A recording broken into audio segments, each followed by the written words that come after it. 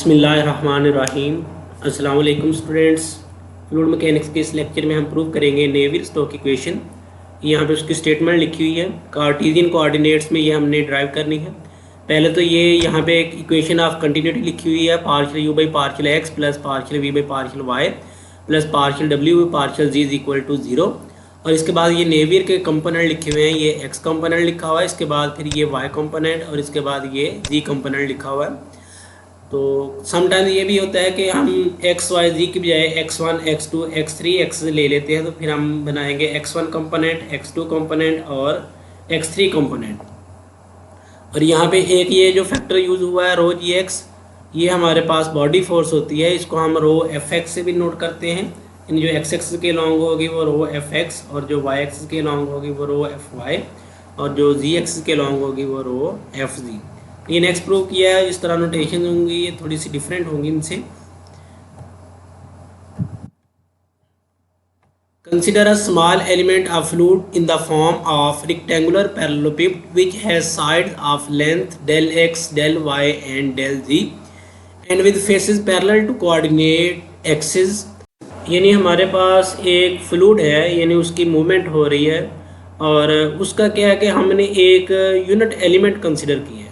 यानी वो, और जो एलिमेंट हमने लिया वो किस तरह की फॉर्म में लिया पैरेललोपिड की फॉर्म में। यानी जिस तरह कह लें आपका एक क्यूबॉइड होता है, तो उसकी फॉर्म में हमने एक एलिमेंट लिया है। यहाँ पे ये आप देख भी सकते हैं इस तरह, यानी रेक्टेंगुलर पैरेललोपिड की फॉर्म में हमने एक एलिमेंट लिया, जिसकी इधर से अगर हम लेंथ कंसिडर कर लें तो वो क्या होगी, डेल एक्स है, और इधर इस तरफ डेल वाई हो जाएगी, और एक जो उसकी लेंथ होगी या हाइट होगी वो क्या हो जाएगी, डेल जी हो जाएगी। तो ये इस तरह हमने उसकी जो विड्थ वगैरह या लेंथ वगैरह या हाइट वगैरह वो हमने कंसिडर कर ली है। Let we be the velocity of fluid at centre point P of element. यानी जो आपने एलिमेंट लिया इसका एक सेंटर पॉइंट यहाँ पे, यानी इस एलिमेंट का सेंटर क्या है, पॉइंट पी के ऊपर है, और वहाँ पे क्या है कि जो फ्लूइड की वेलोसिटी है वो क्या है, वो कैपिटल वी से है। यानी अब वो किसी भी डायरेक्शन में मूव कर सकता है। फिर आगे हम v के कंपोनेंट क्या बना लेंगे, यहाँ पे हमने u v और w बना लिए। यानी जो ये सारे का सारा क्यूब है, यहाँ पे क्या होगा कि इसके सेंटर पे जो वेलोसिटी होगी फ्लूइड की वो हमने कैपिटल v से नोट की है। Let u1 u2 and u3 be component of velocity v। क्योंकि ये देखें ना, हमने एलिमेंट यानी उसके सेंटर पे, यानी सेंटर पॉइंट है, उसके कोऑर्डिनेट्स x1 x2 x3 ये हमने ले लिए। वहाँ पे जो वेलोसिटी है वो हमने क्या ले ली, कैपिटल v ले ली।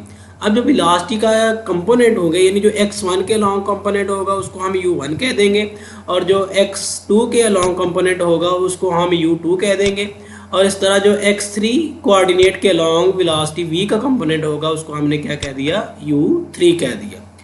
अब नेक्स्ट हम देखेंगे कि जो एलिमेंट आपने लिया उसके ऊपर कौन सी फोर्सेस लग रही हैं, फोर्सेस एक्टिंग ऑन एलिमेंट। तो इसके ऊपर दो फोर्सेस लग रही हैं, एक क्या है बॉडी फोर्स है और दूसरी क्या है सरफेस फोर्स है। तो नेक्स्ट ये भी एक्सप्लेन करते हैं कि बॉडी फोर्सेस कौन सी हैं और सरफेस फोर्सेस कौन सी हैं। Now if rho is density of fluid then mass of fluid with in element is. क्योंकि हमने पढ़ा हुआ है कि मास पर यूनिट वॉल्यूम किसके इक्वल होता है, डेंसिटी के इक्वल होता है।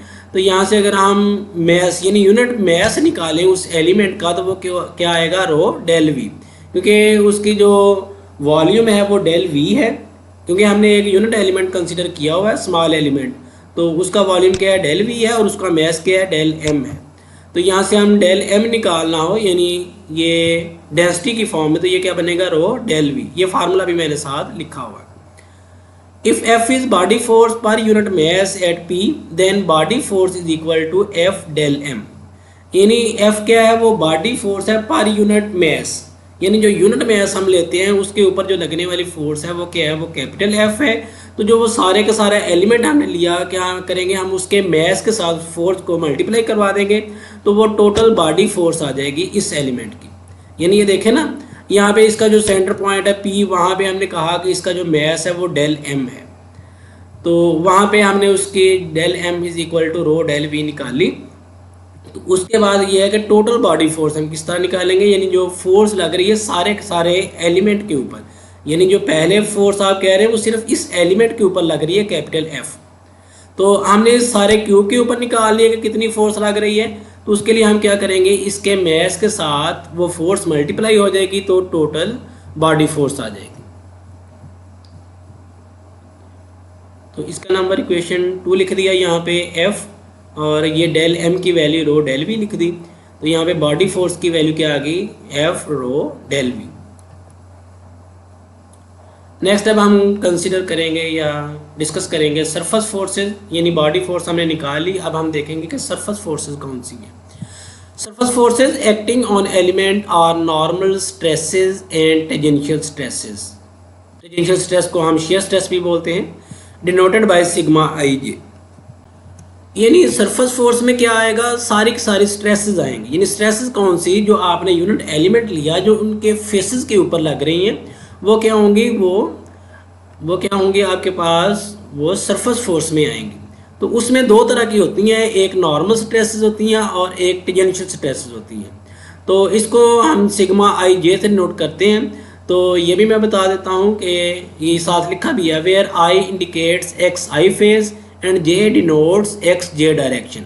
यानी जो पहला कंपोनेंट होगा ये आपको बताएगा कि स्ट्रेस किस फेस पे लग रही है, और दूसरा जो कंपोनेंट है ये आपको बताएगा कि स्ट्रेस किस डायरेक्शन में लग रही है। फॉर एग्जांपल अगर आप लिखें सिग्मा 1 तो इसका मतलब जो फेस 1 है या P1 है उसके ऊपर आपकी स्ट्रेस लग रही है, और किस डायरेक्शन में लग रही है, x1 डायरेक्शन में लग रही है। तो ये सिग्मा 1 बनेगा, इस तरह सिग्मा 1 बनेगा, सिग्मा 1 बनेगा, सिग्मा 2 सिग्मा 2 एंड सिग्मा 2 इस तरह ये डिफरेंट फोर्सेस बनेंगी। अब यहाँ पे देखें कि ये मैंने पॉइंट इसके ले लिए, late P1 P2 and P3 भी middle points of faces x1 x2 and x3। और यहाँ पे फेसेस x1 से मुराद यानी ये वाला, यहाँ पे मैं इसकी डायरेक्शन मेंशन कर देता हूँ, ये साथ मैंने की हुई है कि ये वाला आपका एक्सिस कौन सा है, ये x2 एक्सिस है, और ये वाला आपका कौन सा, ये x1 एक्सिस है, और ये वाला आपका एक्सिस कौन सा, ये x3 एक्सिस है। तो जो x1 फेस यानी जो x1 डायरेक्शन के ऊपर परपेंडिकुलर फेस होगा उसको हम x1 फेस बोलते हैं, जैसे कि ये वाला फेस आपके पास बना है। तो ये कौन सा फेस है, ये आपका x1 फेस है। तो इसके बाद x2 फेस बनेगा। यहाँ पे x2 फेस कौन सा होगा, जो x2 के ऊपर परपेंडिकुलर होगा, यानी ये वाला। यहाँ से अगर आप देखें तो ये x2 फेस बनता है। तो ये वाला फेस क्या हो गया, ये x2 हो गया। और इस तरह अगर आप x3 फेस की बात करें तो वो ये वाला फेस बनेगा, एक यानी इन दोनों के टॉप पे ये वाला। तो इस तरह इसके 3 फेसेस बनते हैं, x1 x2 और x3। तो ये पॉजिटिव डायरेक्शन में होगी। इस तरह नेगेटिव डायरेक्शन में भी बनते हैं, वो नेगेटिव x1 नेगेटिव x2 और नेगेटिव x3 फेस बोलते हैं, यानी जो नेगेटिव x1 के ऊपर परपेंडिकुलर होगा। फॉर एग्जांपल ये देखें, जैसे इस तरफ को है x1 ये आपका, तो इसकी बैक साइड पे यानी ये वाला जो फेस बनेगा, यानी x1 की बैक साइड पे जो फेस बनेगा ये नेगेटिव x1 बनेगा। और इस तरह ये वाला आपका था x2, और इसकी जो बैक साइड है, इसकी बैक साइड पे ये वाला फेस बन रहा है। यहाँ पे ये देखें, ये फेस जो मैं ड्रॉ कर रहा हूँ, यानी ये वाला फेस ये नेगेटिव x2 बनेगा। और इस तरह नेगेटिव x3 की बात करें, अब ये देखें ये टॉप वाला था, ये टॉप वाला क्या था, ये x3 फेस था। तो नेगेटिव x3 फेस कौन सा होगा, जो बॉटम में आएगा, ये वाला।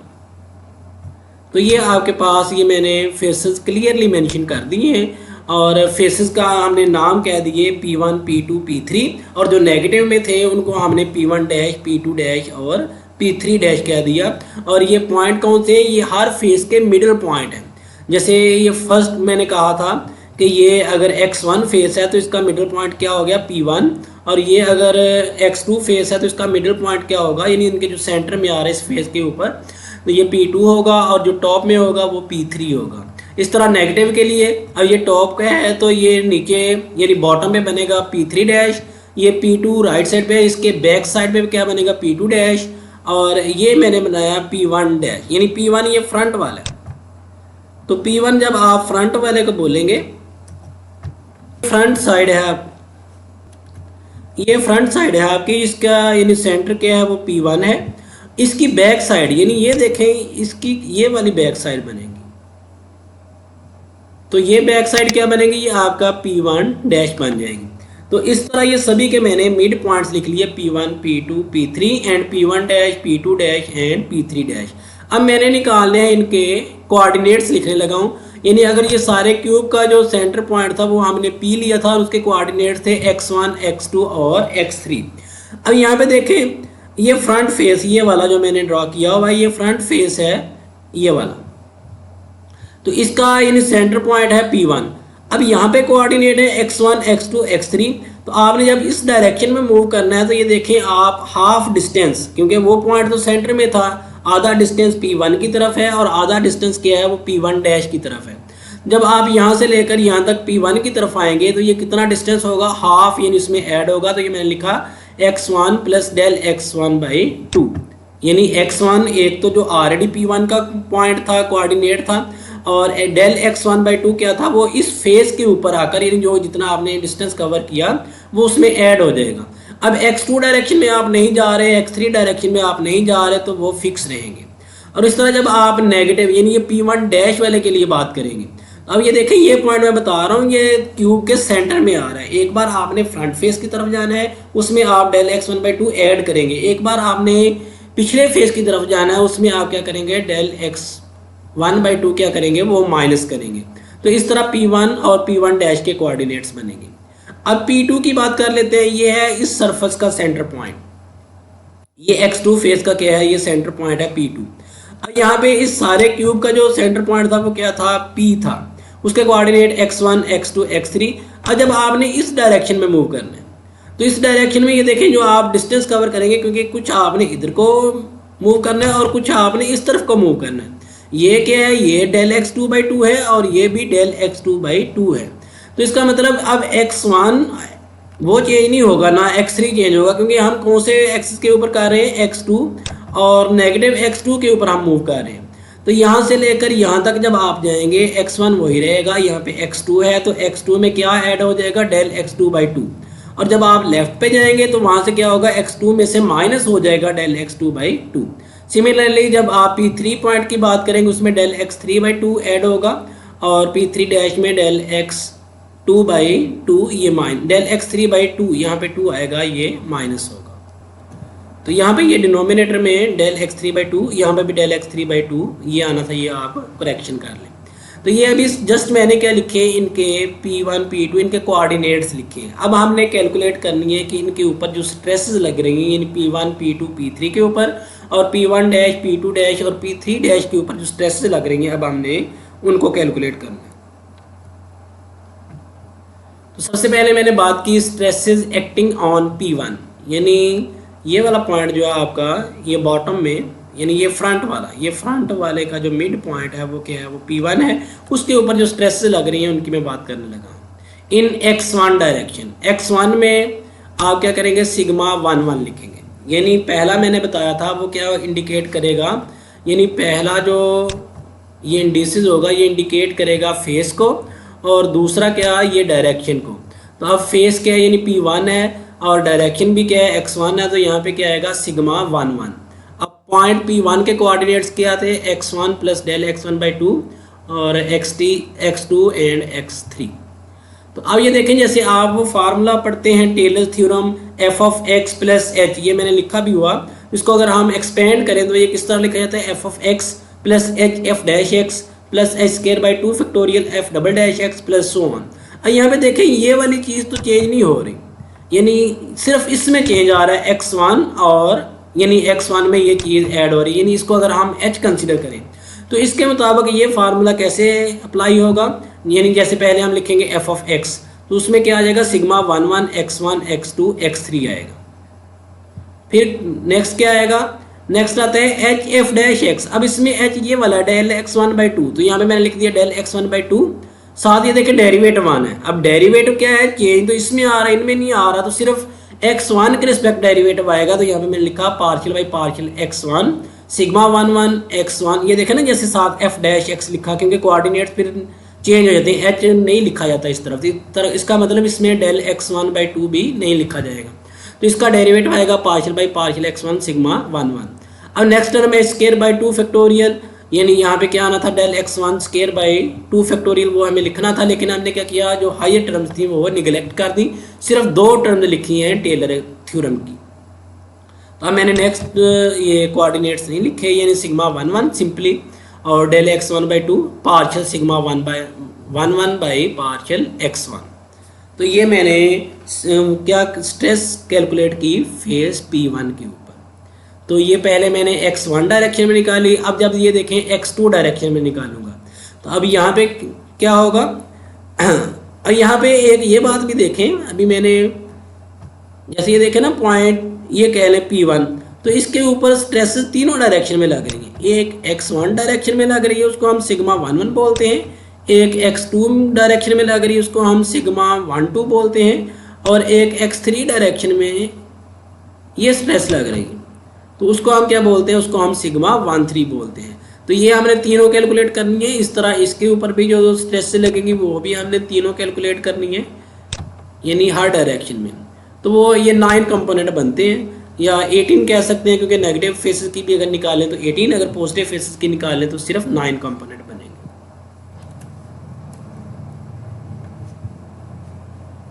तो यहाँ पे अब x2 डायरेक्शन यानी फेस वही है P1, इसलिए सिग्मा 1 आया, और डायरेक्शन क्या है अब x2, तो यहाँ पे साथ 2 आएगा, x1 plus del x1 by 2 x2 x3, और ये देखें सेम वही आएगा, लेकिन 1 1 की बजाय अब क्या आ जाएगा 1 2 आ जाएगा, बाकी एज इट इज। यानी यहाँ पे भी ये मैंने लिख दिया कि बाकी की टर्म क्या कर दी हमने, निगलेक्ट कर दी। इस तरह x3 डायरेक्शन में जब हम निकालेंगे 1 3, और यहाँ से x1 plus del x1 by 2, यानी अब चेंज क्या आएगा, जस्ट 1 3 आ जाएगा, बाकी सारा एज इट इज लिखा जाएगा। अब ये कौन सी हमने निकाली, P1 के ऊपर निकाली है। इस तरह अगर आप P2 के ऊपर निकालें तो फिर क्या होगा, यहाँ पे यानी पहला जो होता है ना, ये फेस बता रहा होता है ना, पहला 1 लिखा तो P1 के लिए 1 1 आ जाएगा तीनों कंपोनेंट्स में, यानी x1 डायरेक्शन में भी, x2 डायरेक्शन में भी, और x3 डायरेक्शन में भी।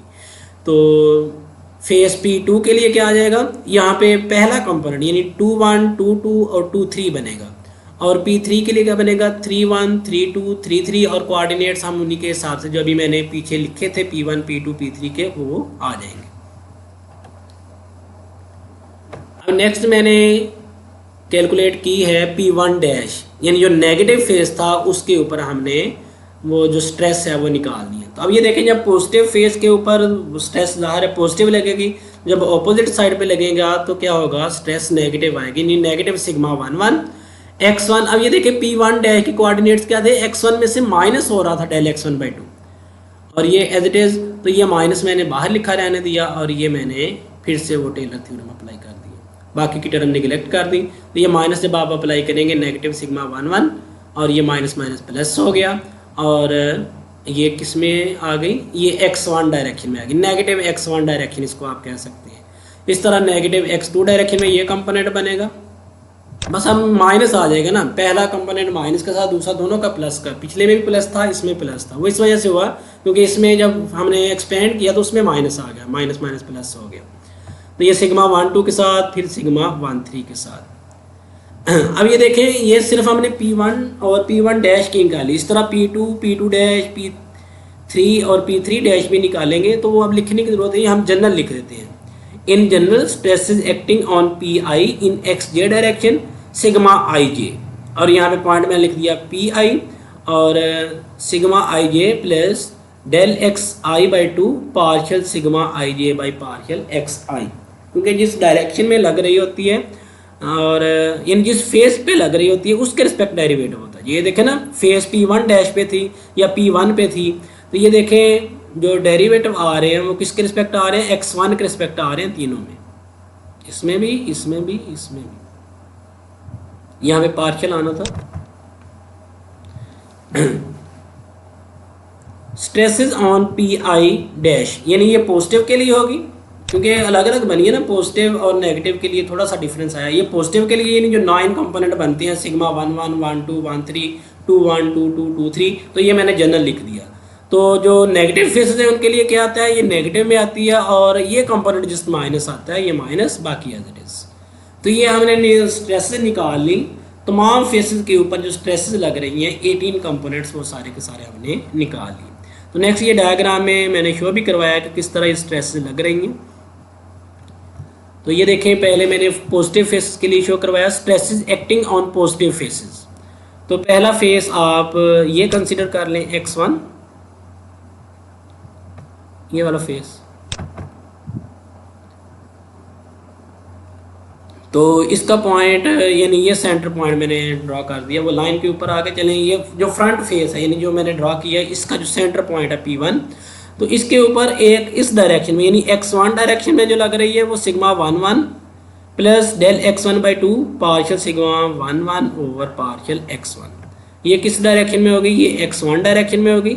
इस तरह एक x2 डायरेक्शन में है वो ये 1 2 होगी, और एक x3 डायरेक्शन में है वो क्या होगी? ये सिग्मा 1 3 वाली होगी। ये पीछे मैंने कैलकुलेट किए हैं, ये बता दें। इसके बाद ये फेस P2 की बात कर लें। फेस P2 ये जो ब्लू लाइन से मैंने ड्रॉ किए हुए हैं ये फेसेस हम डिस्कस कर रहे हैं, ये पॉजिटिव फेसेस हैं। तो इसके ऊपर भी ये देखें जो x1 डायरेक्शन, ये देखें मैंने इस तरफ को x1 बनाया हुआ, जो x1 डायरेक्शन में फोर्स लग रही है यानी स्ट्रेस लग रही है। अब ये देखें पहला क्या बताता है आपको? फेस बताता है। फेस क्या है? फेस 2 है यानी P2। तो डायरेक्शन कौन सी है? x1, तो सिग्मा 2 1 और del x2/2 partial sigma 2 1 by, यानी ये सारे का जनरल फार्मूला ऐसा बना हुआ है। और इसके बाद ये x2 डायरेक्शन और इसके बाद फिर ये x3 डायरेक्शन।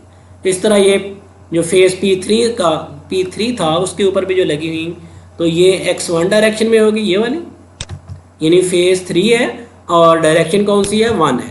पहला कंपोनेंट फेस बताता है यानी ये वाला, और दूसरा क्या है? डायरेक्शन बताता है। ये मैं बार बार बता रहा हूँ। इस तरह ये x2 डायरेक्शन में होगी, x2 डायरेक्शन वाली मैंने ये लिखी हुई है, और इसके बाद x3 डायरेक्शन वाली ये होगी। तो ये पॉजिटिव फेसेस के लिए है। तो नेगेटिव फेसेस के लिए क्या है कि जस्ट इनके साथ वो माइनस आता है, वो नेक्स्ट पेज पे मैंने वो नेगेटिव फेसेस के लिए भी शो करवाई हुई है। यानी ये देखें, ये बैक, ये P1 डैश यानी फ्रंट पे था P1 और उसकी बैक साइड पे क्या था? P1 dash. अब ये देखें डायरेक्शन भी उल्ट कर दी मैंने, क्योंकि x1 पहले था इस तरफ को, तो उसका ऑपोजिट किस तरफ जाएगा? नेगेटिव x1 इस तरफ को। x3 था आपका ऊपर की जानिब, तो उसका नेगेटिव क्या आएगा? नीचे की जानिब। और x2 था आपका पॉजिटिव यानी राइट साइड की तरफ, और उसका नेगेटिव क्या बनेगा? Negative x2। तो ये भी मैंने सारी की सारी स्ट्रेस जो है वो शो करवाई हुई है। अब हम सिर्फ एक डायरेक्शन में जो टोटल स्ट्रेस है वो निकालने लगे हैं। In x1 direction, since area of face x1 and minus x1 is del x2 dot del x3, यानी जो फेस x1 था यानी वो था x1 एक्सिस के ऊपर जो परपेंडिकुलर फेस था, तो उसका एरिया क्या बनेगा? यानी x1 के ऊपर जो परपेंडिकुलर है उसकी विड्थ है डेल x2 और हाइट है डेल x3, तो उनकी प्रोडक्ट से क्या आ जाएगा? उनका जो area del x2 dot del x3 आ जाएगा। And stresses on middle point, ये हमने उनके मिडिल पॉइंट के ऊपर स्ट्रेसेस निकाले, यानी ये P1 के ऊपर और ये P1 डैश के ऊपर। So stress on face x1 is, तो फेस x1 के ऊपर स्ट्रेस क्या आएगी? यानी जो आपने स्ट्रेस निकाली उसको उसके एरिया के साथ मल्टीप्लाई करवा देंगे, तो वो उस, क्योंकि हमने तो सिर्फ एक पॉइंट के ऊपर निकाली है, हमने सारी सरफेस के ऊपर निकालनी है। सारी सरफेस के ऊपर निकालनी होगी तो आप उस सरफेस के एरिया के साथ उस स्ट्रेस को मल्टीप्लाई करवा देंगे, तो टोटल स्ट्रेस आ जाएगी फेस x1 के ऊपर। इस तरह stress on face negative x1, तो ये थी स्ट्रेस जो नेगेटिव x1 के ऊपर लग रही थी। ये सिर्फ एक पॉइंट था P1 डैश जिसके ऊपर लग रही थी। हमने क्या निकालनी है? हमने पूरे के पूरे P1 डैश जो फेस है उसके ऊपर निकालनी है, तो उसके एरिया के साथ उसको मल्टीप्लाई करवा देंगे, तो ये टोटल स्ट्रेस आ जाएगी ऑन नेगेटिव x1 फेस। अब हम निकालने लगे हैं total stress on face x1, यानी कह लें कि x1 डायरेक्शन के ऊपर जो टोटल लग रही है स्ट्रेस वो क्या आएगी? आप इन दोनों को ऐड कर देंगे, यानी एक x1 डायरेक्शन में एक नेगेटिव x1 में। तो ये क्या करेंगे? टोटल जब हमने स्ट्रेस निकालनी है यहाँ पे ऑन फेस x1 कह सकते हैं या इन x1 डायरेक्शन, क्योंकि ये मैंने ऊपर लिख दिया x1 डायरेक्शन की मैं बात कर रहा हूँ, तो इन दोनों को आप ऐड कर देंगे। तो ये माइनस की टर्म और प्लस की ये कैंसिल हो जाएगी, ये कॉमन हो जाएगा, ये हाफ हाफ है, तो ये ऐड होकर क्या बन जाएगा? 1 बन जाएगा। तो यहाँ से आएगा del x1 partial sigma 1 1 by partial x1, तो वो इसके साथ मिल गया del x1 del x2 del x3।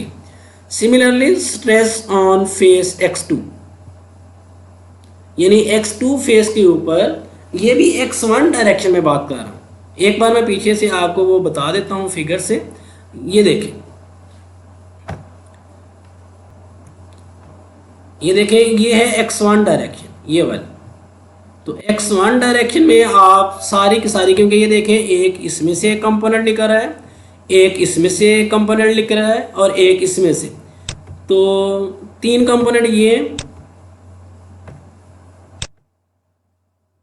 हो गया। इस तरह नेगेटिव जो फेसेस हमने लिए, यानी नेक्स्ट पेज पे देखें, ये वाले जो हमने नेगेटिव फेसेस लिए, ये नेगेटिव x1, ये नेगेटिव x1 और इसका भी ये नेगेटिव x1। तो ये सारे कंपोनेंट यानी 3 इधर से और 3 इधर से। तो पहले तो ये देखें 2 को मैंने पहले जमा कर लिया, यानी ये देखें ये मैंने अलग अलग लिख लिया, फिर उनको ऐड करके तो ये एक बार लिख लिया। फिर टोटल निकालने के लिए क्या किया हमने, x2 फेस के ऊपर भी जो कंपोनेंट था वो अलग कर लिया और x3 के ऊपर भी जो x1 कंपोनेंट था वो हमने अलग कर लिया। ये बात फिर से एक बार देखें, जो मैं फेस की बात कर रहा हूँ, जैसे ये देखें एक फेस ये वाला, एक फेस ये वाला और एक फेस ये वाला। तो इनके ऊपर जो x1 डायरेक्शन में, x1 डायरेक्शन में, x1 डायरेक्शन में, इनको मैं क्या कर रहा हूँ, ऐड कर रहा हूँ। Similarly stress on face x2 ये बन गई और स्ट्रेस ऑन फेस x3 ये क्या है, x1 डायरेक्शन में। अब मैंने क्या किया, T1 कह दिया total stress in x1 direction. पहले तो मैंने वो कंपोनेंट अलग अलग लिख लिए ना, x1 डायरेक्शन में जो फेस P1 पे थी, जो P2 पे थी और P3 पे। Total stress in x1 direction में क्या होगी, तीनों को जमा कर दे। तो जब हम तीनों को ऐड करेंगे तो उनमें से del x1 del x2 del x3 ये मैंने कॉमन निकाल लिया। तो ये partial sigma 1 1 by partial x1 plus partial sigma 2 1 by partial x2 plus partial sigma 3 1 by partial x3। ये वाले कंपोनेंट्स, ये वाले, एक ये वाला और ये वाला, तो ये टर्म सभी में कॉमन थी, ये कॉमन ले ली और बाकी ये साथ एज इट इज। अब यहाँ पे देखें, इसको जनरल फॉर्म में मैं लिखना चाह रहा हूँ। तो ये देखिए इसका पहला कंपोनेंट जो है वो चेंज हो रहा है 1 2 3, दूसरा यहाँ भी 1 है, इसमें भी 1 है, इसमें भी 1 है, और नीचे ये वाले कंपोनेंट भी चेंज हो रहे हैं 1 2 3, और ये भी चेंज हो रहे हैं 1 2 3। यानी कह लें कि मैं जो चेंज हो रहे हैं उनकी जगह मैंने आई लिख दिया पार्शियल सिग्मा, क्योंकि पहला कंपोनेंट चेंज हो रहा था आई आ गया, बाकी सारा एज इट इज। और ये डिनोमिनेटर भी चेंज हो रहे थे, ये मैंने पार्शियल एक्स आई की फॉर्म लिख दी। और ये क्या है, ये वॉल्यूम ऑफ जो आपने रेक्टेंगुलर पैरेललोपिड ली हुई है उसका वॉल्यूम क्या था, डेल वी। तो ये जब आपस में मल्टीप्लाई होंगे ये उनका वॉल्यूम बन गया। अब ये देखें, ये हमने निकाला x1 डायरेक्शन में, तो यहाँ पे 1 आया। जब हम x2 डायरेक्शन में निकालेंगे यहाँ पे 2 आएगा, और जब हम x3 डायरेक्शन में निकालेंगे तो यहाँ पे 3 आएगा। टोटल स्ट्रेस क्या होगी, यानी T1 और उसका जो सा यूनिट वेक्टर है वो लिख देंगे, T2 उसका सा यूनिट वेक्टर और T3 उसका साथ यूनिट वेक्टर लिख देंगे। तो ये जैसे मैंने T1 निकाली, ये T2 निकाली, ये T3, और इनके मैंने क्या कर दिया, साथ यूनिट वेक्टर लिख दिए। और अब ये देखें, अब ये दूसरा कंपोनेंट यहाँ पे चेंज हो रहा है 1 2 एंड 3, और E1 E2 E3 भी चेंज हो रहे हैं। तो मैं इनकी जगह क्या लिख दिया, J लिख दिया, यानी दूसरा कंपोनेंट J बन गया, EJ बन गया, डेल V बन गया। ये इक्वेशन नंबर 7 बनी। ये क्या निकाली मैंने, टोटल स्ट्रेस निकाली। Now equation 2 plus equation 7, equation 2 को और इक्वेशन 7 को हम ऐड करने लगे हैं, क्योंकि जो टोटल फोर्स है वो क्या बनती है, वो body force plus surface force. क्योंकि जो एलिमेंट के ऊपर लगने वाली फोर्सेस थी वो क्या थी, एक बॉडी फोर्स थी, उसको मैंने इक्वेशन 2 बना लिया था, और एक सरफेस फोर्स अभी जो हमने कैलकुलेट की स्ट्रेसेस वगैरह निकाल के इन दोनों को ऐड कर देंगे तो टोटल फोर्स बन जाएगी। तो फोर्स का यूनिट यानी formula by Newton law ma होता है। अब इसका मैस क्या था, डेल m, तो डेल ma वेक्टर लिख दिया। बॉडी फोर्स हमने निकाली थी F रो डेल v, और ये सरफेस फोर्स अभी हमने निकाली पार्शियल सिग्मा ij और partial xi ej del v। Since del m is equal to rho del v, यहाँ पे डेल m की वैल्यू लिख दिया, rho del v d v over d t, यानी एक्सेलरेशन। एक्सेलरेशन क्या होता है, जो आपकी वेलोसिटी होती है उसका डेरिवेटिव होता है। तो यहाँ पे मैंने वेलोसिटी का derivative d v by d t लिख दिया, बाकी सारा एज इट इज लिख दिया। अब डेल वी क्या होगा, यहाँ से कैंसिल आउट हो जाएगा सभी में से, और आपके पास ये rho d v over d t is equal to f rho plus partial sigma i j और partial x i e j vector आ जाएगा। अब नेक्स्ट देखें कि वी क्या था, आपकी वेलोसिटी थी सेंटर पॉइंट पी के ऊपर, और उसके कंपोनेंट्स हम यू वी डब्ल्यू की फॉर्म में भी ले लेते हैं, u1 u2 u3। तो शुरू में मैंने मेंशन किया था कि जो वेलोसिटी है उसके कंपोनेंट्स के हैं, जो x1 के अलॉन्ग है वो u1 है, जो x2 के अलॉन्ग है वो u2 है, और जो x3 के अलॉन्ग है वो u3। साथ मैंने यूनिट वेक्टर लगा दिए, तो ये वेलोसिटी v बन गई। तो अब इसको मैंने किस तरह की फॉर्म में लिख दिया, u j e j की फॉर्म में, क्योंकि यहाँ पे ये देखें ना हम u i e i भी लिख सकते थे, लेकिन यहाँ पे e j था, तो इसलिए मैंने इसको इस तरह की फॉर्म में बना लिया। तो यहाँ पे ई जे यानी वी वेलोसिटी कहाँ लिखेंगे, उसकी वैल्यू इसकी जगह यू आई, यहाँ पे यू आई आएगा, ये थोड़ा सा चेंज कर लें, क्योंकि हमने वेलोसिटी को यू आई की फॉर्म में लिखा हुआ था। तो यू आई ई जे, और यहाँ पे यू आई ई जे इसलिए लिख रहे हैं ना, ये लिखा हुआ है वो फिर कैंसिल आउट हो जाएगा। तो इस तरह फोर्स होती है F1 e unit vector, F2 E2 unit vector, और F3 E3 यूनिट वेक्टर, उसको हमने FJ EJ की फॉर्म में लिखा। तो अब ये देखें, इसमें से ये EJ कंपोनेंट क्या होगा, ये भी कैंसिल आउट हो जाएगा, क्योंकि ये तो कांस्टेंट है, डेरिवेटिव नहीं होगा इसका। तो यहाँ से आपके पास क्या बचा, rho d u j over d t is equal to rho f j plus partial sigma i j और पार्शियल एक्स आई। ये भी ठीक है, क्योंकि ये देखें यू जे ही लिखा हुआ अभी भी, तो यहाँ पे यू जे आएगा, यहाँ पे चेंज आएगी, इसमें ये जे ही रहेगा, कि दोनों का हमने एक तरह ही चेंज करना है ना फिर। तो नेक्स्ट मैंने रिप्लेस कर दिया जे को किसके साथ, आई के साथ, rho d u i over d t is equal to rho f i plus partial, ये आई जे था, पार्शियल जे आई बन गया ओवर पार्शियल एक्स जे, यानी रिप्लेस कर दिया आई को जे के साथ। इसका इक्वेशन नंबर 8 लिख दिया। अभी ये नेवी इक्वेशन नहीं बनी हमारी, इसके ऊपर नेक्स्ट कंडीशन अप्लाई करेंगे।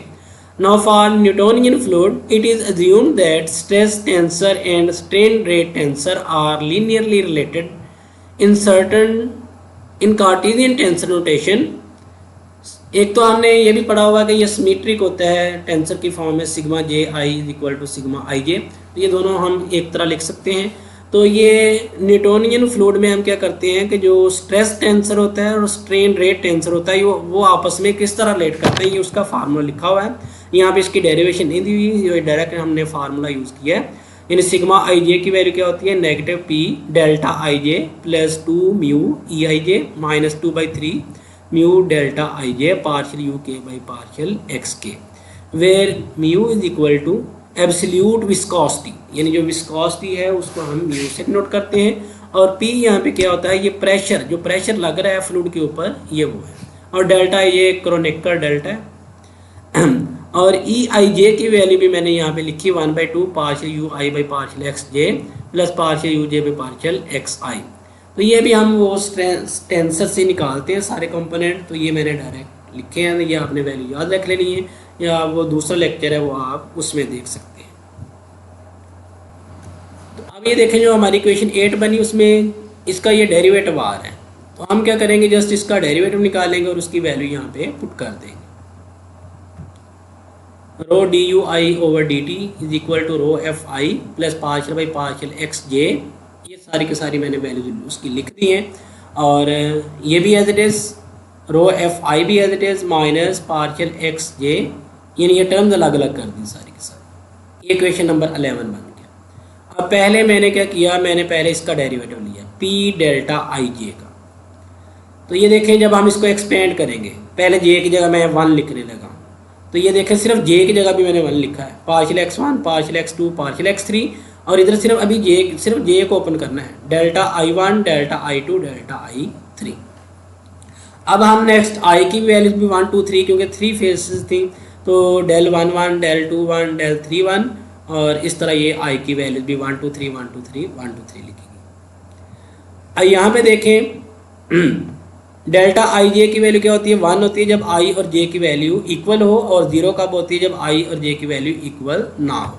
तो अब ये देखें इसमें आई और जे की वैल्यू क्या है, इक्वल है, तो यहाँ पे इसकी वैल्यू क्या हो जाएगी 1, यानी यहाँ पे बनेगा, और ये भी क्या हो जाएगा, ये भी 0 हो जाएगा, और ये वाली टर्म इसमें भी डेल्टा आई जे यानी आई नॉट इक्वल टू जे, ये दोनों टर्म 0 हो जाएंगी। यहाँ से क्या बचेगा पी डेल्टा 1 1, और ये 1 है तो यानी सिर्फ पी बचेगा, पी प्लस 0 प्लस 0, तो ये बनेगा partial P by partial x1। इसमें ये वाला कंपोनेंट जस्ट पी आंसर देगा, और ये दोनों क्या हो जाएंगे, ये 0 हो जाएंगे, ये वाला भी और ये वाला भी। यहाँ पे आना था p डेल्टा 2 3, यहाँ पे डेल्टा आना था, साथ p आना था, तो 2 3 भी क्या होगा, वो भी 0 होगा, 1 2 ये भी 0 होगा, क्योंकि आई नॉट इक्वल टू जे इसमें इक्वल है, तो यहाँ पे इसकी वैल्यू 1, तो ये partial p by partial x2, और इस तरह partial p by partial x3।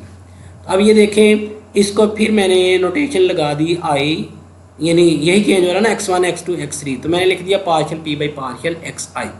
यानी जब हम डेरिवेटिव लेंगे j के रिस्पेक्ट इस कंपोनेंट का, तो क्या होगा, ये डेल्टा आई जे ख़त्म हो जाएगा, j की जगह क्या आ जाएगा, i आ जाएगा।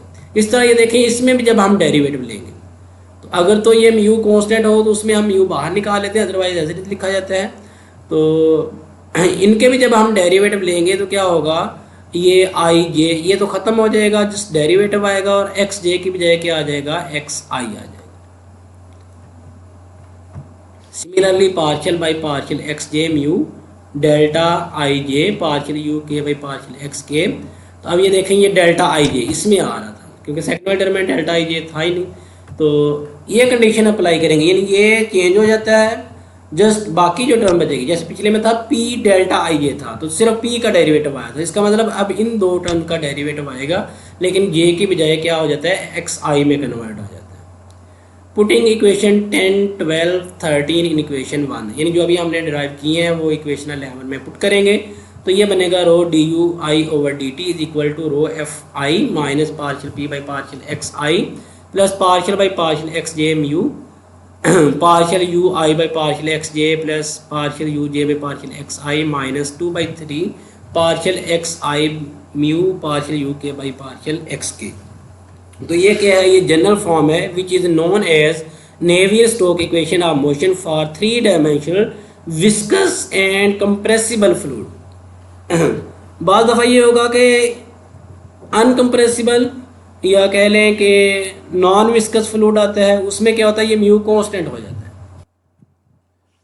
तो ये है कि जब म्यू कांस्टेंट होता है, म्यू हम बाहर निकाल लेते हैं, तो ये जब इसके साथ लगता है तो ये पार्शियल स्केयर यानी ये 2/3 है, तो इसको फिर हम कैलकुलेट कर लेते हैं, तो जो शुरू में लिखी हुई थी पहले पेज के ऊपर इक्वेशन वो वाली बन जाती है, लेकिन जनरल फॉर्म यही होती है, वो बाद में हम कंडीशन अप्लाई करके इसको डिफरेंट फॉर्म में लिखते हैं। तो ये आपके पास क्या है, ये नेवियर स्टोक इक्वेशन है। अब इसके अगर कंपोनेंट्स की बात की जाए तो ये देखें, ये आई की वैल्यू 1 2 3 है, जब आई की जगह हम 1 लिखेंगे तो ये क्या बन जाएगा, x1 कंपोनेंट बन जाएगा, जब हम i की जगह 2 लिखेंगे x2 कंपोनेंट बन जाएगा, और जब हम i की जगह 3 लिखेंगे तो ये x3 कंपोनेंट बन जाएगा। इस तरह ये Fi क्या है, ये फोर्स है, body force in x1 direction. जब i की जगह 1 लिखेंगे तो F1 बनेगी, i की जगह 2 लिखेंगे F2 बनेगी, i की जगह 3 लिखेंगे तो F3 बनेगी। तो समटाइम ये भी होता है कि ये x y z की फॉर्म में भी लिया जाता है, तो फिर वहाँ पे हम क्या करते हैं कि इसको u x u y u z और इसको f x f y f z, और यहाँ पे फिर आप वो डेरिवेटिव भी उस तरह के फॉर्म में लिख लेते हैं, यानी वो फिर थोड़ी सी चेंजिंग आ जाती है इसमें। तो हमने क्योंकि x1 x2 x3 में किया है तो इसलिए हम इसको इजीली i j k की फॉर्म में लिख सकते हैं। अगर हम x y z की फॉर्म में लिखते तो फिर ये था कि हमें हर बार तीन कंपोनेंट्स अलग अलग लिखने पड़ने थे, यानी x1 अलग कंपोनेंट यानी x कंपोनेंट अलग से लिखते हैं, y अलग से लिखते हैं, z अलग से लिखते हैं। तो वो भी अगर करना हो तो वो कर सकते हैं, सिर्फ x कंपोनेंट लिख लें, सिमिलरली फिर हम लिख देते हैं कि similarly y and z components.